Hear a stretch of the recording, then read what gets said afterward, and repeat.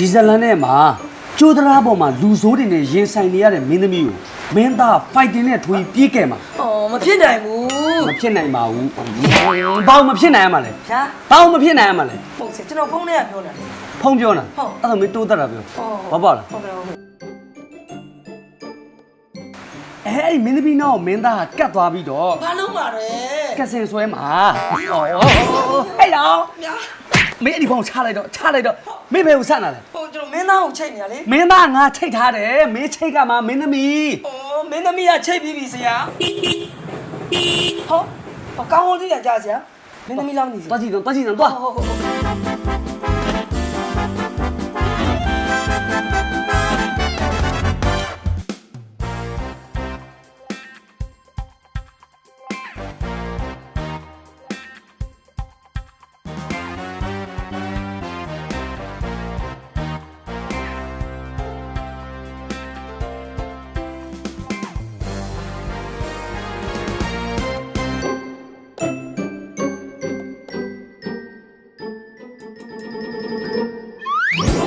အဲ့ဒီ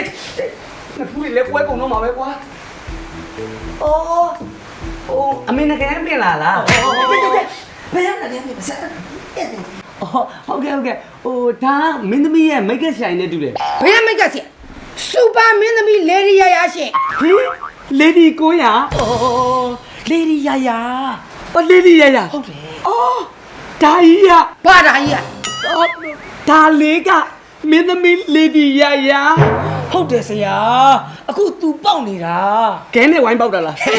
ဘယ်ရခင်းနေပေါက်မှာလဲအခုကိကလေဒီယာခက်သူ့ခက်ဖြစ်နေတာ ကန်ဆောက်တူနေကြားဖို့မကြားဘူးက तू ကပဲနာမည်မကြီးတာလားငါပဲတောကြနေတာလားမသိဘူး သူ့ခေသူ့ပေါက်နေ သူ့ခင်လား ခုနောက်ပိုင်းကျမကိုလေရုပ်ရှင်ကားကြီးတွေရိုက်ဖို့တားကန်းလာကြတယ်အဲ့လိုနိုင်ကြတဲ့ကားတွေကိုကျမမရိုက်တော့ဘူး ဘလို့ကားတွေရိုက်လဲ 2မိနစ်ကပဲရိုက်တယ် 2မိနစ်ကားပဲရိုက်တယ်အဲ့ဒီ2မိနစ်ကားတွေကိုရုပ်ရှင်ယုံကြီးနေတာတင်တယ်ပေါ့ ရုပ်ရှင်ရုံကြီးတွေမှာတော့မပြပါဘူး အဲ့ဆိုဘာမှပြလဲ တယ်လီဂရမ်မှာပြတာ တယ်လီဂရမ်မှာပြတယ်तू ကဘာလုံးနေလိုက်အခုပေါ်တဲ့ရုပ်ရှင်ယုံလား နောက်ပေါ်တဲ့ရုပ်ရှင်ကိုနေမှာဘောဆရာ တယ်လီဂရမ်ရုပ်ရှင်ယုံကြီးနဲ့တူတယ် တိုင်းမလို့ Telegram မဟုတ် TikTok ပြောတာ TikTok ပြောတာအေးတယ်လီဂရမ်လွယ်နေတာ TikTok 2မိနစ်ဆိုတာ TikTok ပေါ့ TikTok ဘောဆရာ ဟုတ်ကဲ့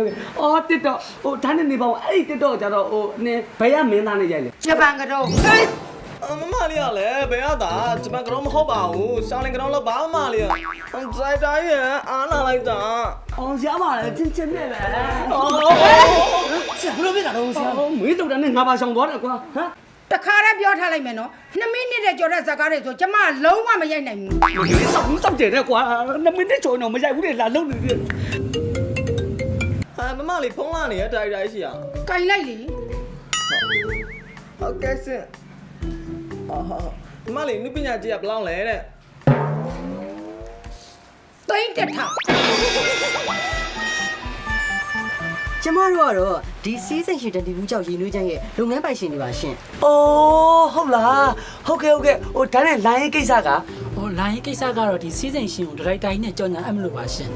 ကြော်ညာအမလို့ ဟုတ်ကဲ့ ကောင်းတာပေါ့ဗျာဒါနဲ့ဒီစီးစိတ်ချင်းဒနီဘူးချောက်ကကြတော့ဘာအတွက်ကောင်းတာလဲ ဘာဒီကောင်းတာလဲဆိုရင်စီးကြိုသွေးတိုးကင်ဆာတွေအတွက်အထူးထုတ်လုပ်ထားပြီးတော့တခြားသောဝေဒနာတွေအတွက်လည်းသက်သာပြောက်ကင်းစေတယ်ရှင် ဟောကောင်းလိုက်တာဗျာကျွန်တော်တို့မြန်မာနိုင်ငံမှာကြတော့စီးကြိုတွေးတိုးကင်ဆာသမားတွေကများတယ်လေအဲ့တော့လူတိုင်းအတွက်ဒီစီးစိတ်ချင်းဒနီဘူးချောက်ကတော့မရှိမဖြစ်လိုအပ်တဲ့အရာတစ်ခုပဲဗျာနော် ဟုတ်ပါတယ်ရှင်ဒီစီးစိမ်ရှင်တနည်းဘူးကြောင့်ရည်နွေးချမ်းလေးဟာဆေးဖြစ်သုံးရတာမဟုတ်ဘဲနဲ့ဖြည့်ဆွက်စာဖြစ်အသုံးပြုရတာရှင်ဟုတ်ကဲ့အခုဆိုလို့ရှိရင်မြန်မာတိုင်းနိုင်ငံလုံးကလည်းအသုံးပြုနေကြပြီဟုတ်တချို့ဆိုလို့ရှိရင်ယောဂတတကြောက်ကင်းလို့ပျော်တဲ့သူတောင်ပျော်နေကြပြီ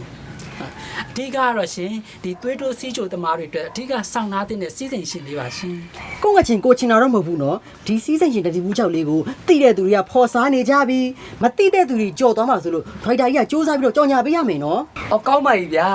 ဒါပေမဲ့လေကျွန်တော်တို့ကကြတော့ပစ္စည်းကောင်းမကောင်းကိုယ်တိုင်ဆက်စစ်သုံးကြည့်ပြီးတော့မှပြိသက်ကိုချပြတာဖြစ်တဲ့အတွက်ကြောင့်မို့လို့ကျွန်တော်ဒီစီးစိမ်ချင်းဒနီဘူးချောက်ကိုကျွန်တော်တို့အရင်သုံးကြည့်မယ်ဘာဖြစ်လို့လဲဆိုတော့ကျွန်တော်ရဲ့အမေကလည်းစီးကြိုလေကျွန်တော်ရဲ့မန်နေဂျာလည်းတွေးတိုးဆိုတော့သူတို့အရင်စမ်းတောက်ကြည့်ပြီးတော့မှတကယ်ကိုထိရောက်မှုရှိတယ်ဆိုမှကျွန်တော်ကကြော်ညာပေးမှာနော် ရပါတယ်ရှင်ဒီစီးစိမ်ရှင်တနည်းဘူးကြောင့်ရင်းနှီးချမ်းလေးကိုဒရိုက်တာကြီးစိတ်ကြိုက်တော့ဒရိုက်တာကြီးအဆင်ပြေပြီး okay ပြီဆိုမှကျမတို့ကကြော်ညာအပ်မှာပါဟောနောက်ပြီးတော့လေဒရိုက်တာကြီးဟိုကျမတို့ကအလှပဆိုင်ရာပစ္စည်းအတွက်လည်းဒီမှာတိုနာလေးလည်းရှိတယ်လိုရှင်းလည်းထွက်တယ်မျက်နှာသစ်ဆက်ပြလည်းရှိတယ်စက်ခရက်လည်းထပ်ထုတ်ထားပေးတယ်ရှင် အိုးစီးစိမ်ချင်းဒီနေ့ဘူး6ကနေပြီးတော့ရှင်နှင်းချမ်းတောက်သွားတဲ့အပြင်ကိုမကဘဲနဲ့အလှပိုက်ရေးဆိုင်မှာလှကျင်တဲ့သူတွေအတွက်လည်းဓာတ်ရီထုတ်ထားပေးသေးတယ် ဟုတ်တယ်ရှင်ဟုတ်တယ်အဓိကတော့လေတကယ်ယောဂဝေဒနာခံစားနေရတဲ့သူတွေစီကိုဒီစီးစိမ်ရှင်တတိမူကြောင့်လေရောက်သွားဖို့ပါပဲရှင် ဟောဒါပေါ့ဗျတိတူဖော်စားမတိတူကြော်သွားတဲ့အဲ့တော့မတိတဲ့သူတွေကြော်သွားတဲ့ပုံစံမဖြစ်ရအောင်ဒီလိုမျိုးစေးဘက်ဝင်ပြီးကောင်းတဲ့စီးစိမ်ချင်းဒီနေ့ဘူး6ကိုကျွန်တော်မြန်မာနိုင်ငံအနှံ့ဒီတက်မကတိသွားရအောင်ကြော်ညာပေးဦးမယ်ဗျာ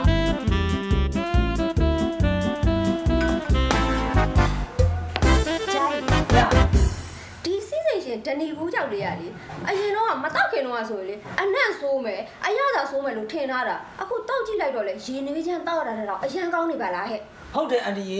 ဒီစီးစိမ်ရှင်တနေဘူးကြောက်လေးကိုတောက်ပြီးကြတဲ့ကျွန်တော်ဆိုရင်သွေးလို့သမားတော့အခုသွေးလုံးဝမတိုးတော့ဘူးဗျ အမလေးနေသွေးတိုးတာတော့မပြောနဲ့ဟဲ့ငါဆိုရင်လေစီးကြတက်တာလည်းမရှိတော့ကြတာလည်းမရှိလို့ငါဆိုရင်ဖလားဖလားအောင်ထားပြီးပေါ့ပါနေရပဲ နေလို့ထိုင်လို့ကောင်းသွားတယ်ဗော ဒါပေါ့ ကောင်းလိုက်တာအန်ဒီယာ ကောင်းပါဗောဗျာကောင်းပါဗောဟုတ်လား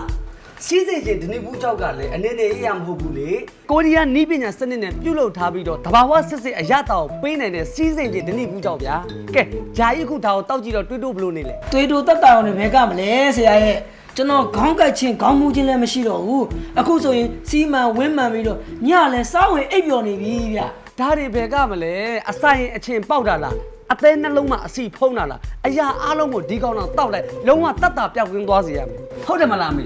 ဒါဘောငါတာဒါနဲ့လေဒါရင်ဘယ်ကအောင်မလဲဒီဒဏီဘူးကြောက်လေးကိုလေနေ့စဉ်တောက်ပေးခြင်းအဖြစ်အစီကြပြီးအရွယ်တင်နှုတ်ပြုတ်လှပစေတယ် ဒါကြောင့်ငါအမေကလေကိုကြီးစစ်ပြီးတော့ကြည့်လို့ကောင်းနေတာ哦ကဲဂျာကြီးဒီလောက်ကောင်းတဲ့ဒီနေ့ဘူးကြောက်ကိုကျွန်တော်တို့အချိန်ဆွဲမနေချင်တော့ဘူးချက်ချင်းကြော်ညာရိုက်ချင်နေပြီ အဲ့ဒါဆိုရင်အချိန်ဆွဲမနေတော့လာမယ့်နေ့မှရိုက်ကြရအောင် နေမလေးလာမနေရိုက်ပါလားအော်ချက်ချင်းရိုက်ချင်ပါလေဆိုတော့ငါလာမနေရိုက်ခိုင်းနေဟဲ့ရောက်ဒီစီးစိမ်ကြီးဒီနေ့ဘူးကြောက်မနဲ့ပြန်စားပြီးကြော်ညာရိုက်မယ်ကွာရိုက်မယ်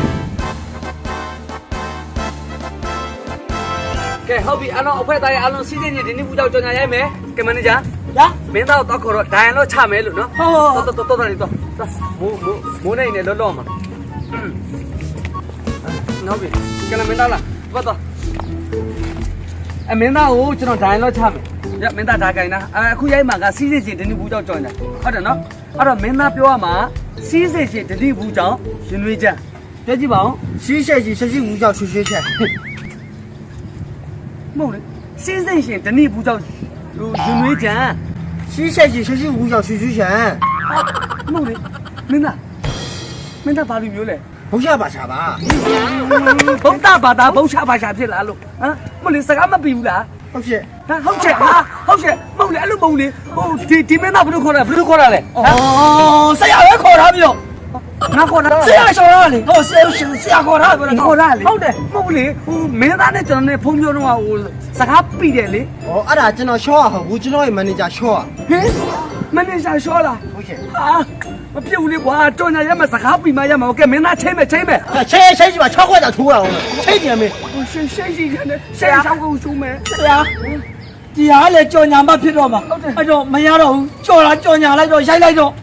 သူနဲ့ပဲရှောင်းညာရရမယ် ဩကြော်ညာရိုက်တော့မယ် တော်ညာလိုက်တော့ကဲမင်းသားအဲ့တော့ဒီရှာလေးကိုရှက်ထားလိုက်နော်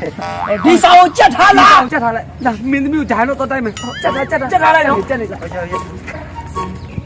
စီးဆက်ကြီးဆက်ကြီးမူကြောက်ရွှေရွှေချက် ကဲလာနောက်ကြနေဒီဂျာကြီးကဲမင်းသမီးဒိုင်တော့ချရအောင် ဒီမှာလက်ပြနေလူတော့နားမလဲဘူးလား ဆရာလည်းလူလိုနားမလဲ ဟုတ်တယ်ငါလူငွေမရှိဘူးနော်တလိษံတွင်းနေမဟုတ်ဘူးလေဒိုင်တော့ဒိုင်တော့6ထားမှာလေ အလှပြပြီးမှဒိုင်တော့ချမယ် အလက်ဒီမှာဒိုင်တော့6လို့ပြောလေဒိုင်တော့6မှာမိတ်ကလည်းရမှာပေါ့ ဘာလဲမကြိုက်ဘူးလား မထိုင်ပါကြိုက်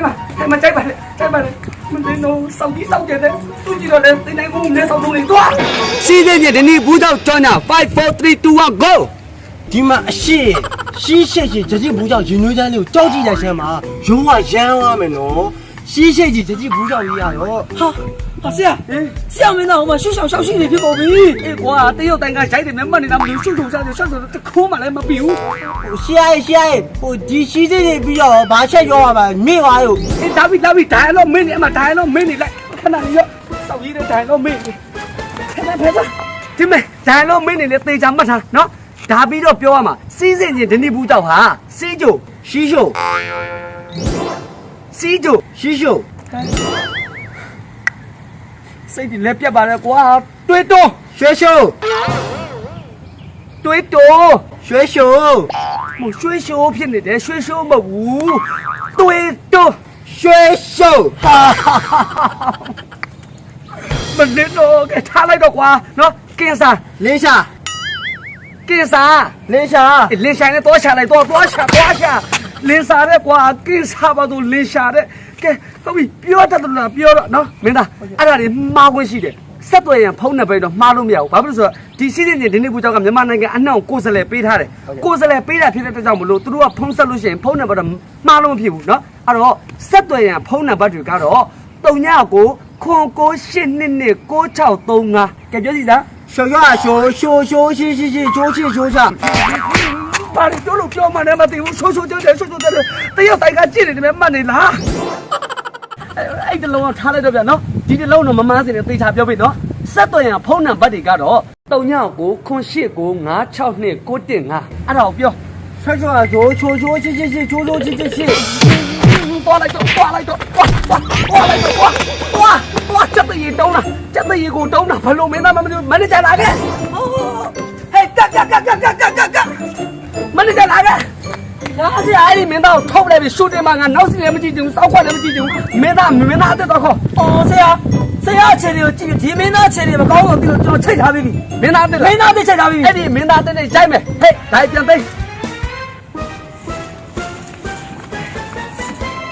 အေး ဆရာကျွန်တော်ခေါ်တဲ့မင်းသားသူပဲ မင်းသားစကားပြီးရလား ပြီတယ်ဆရာ 就那么一千两。 ဟာပြီးတယ်ဟာအချမ်းသားပါဟာကျွန်တော်နာမည်အချမ်းသားပါလေပြီးတယ်ကျေးဇူးတင်တယ်ဗျာ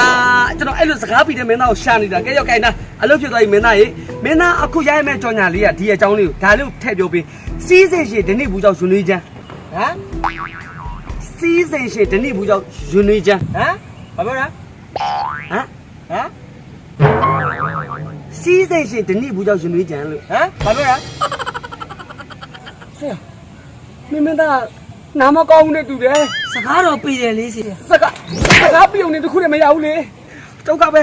စီးစိမ်ရှင်တနည်းဘူးကြောင့်ရင်ွေးချမ်း 哦，西北去的你不叫人类的。 အဲ့လိုပြောမှကြားတာငါတထောလုံးတက်ရင်ငါလေကောင်းထွက်မှာပေါ့ စကားပြီရောဆရာရဲ့ ဟုတ်ပြီနော်အဲ့တော့ तू ကဘာတွေကောင်းလဲဆိုလို့ရှိရင် तू စီးကြို 啊？ စီးကြို 啊？怎么了？ စီးကြို 哦，啤酒。 တွေးတော့ 啊？ တွေးတော့လို့ 哦，对头。 ကင်းစား 啊？怎么了？ ကင်းစားလို့ 怎么了？ ကင်းစားလို့ 啊？ ကင်းစားပွားလိုက်တော့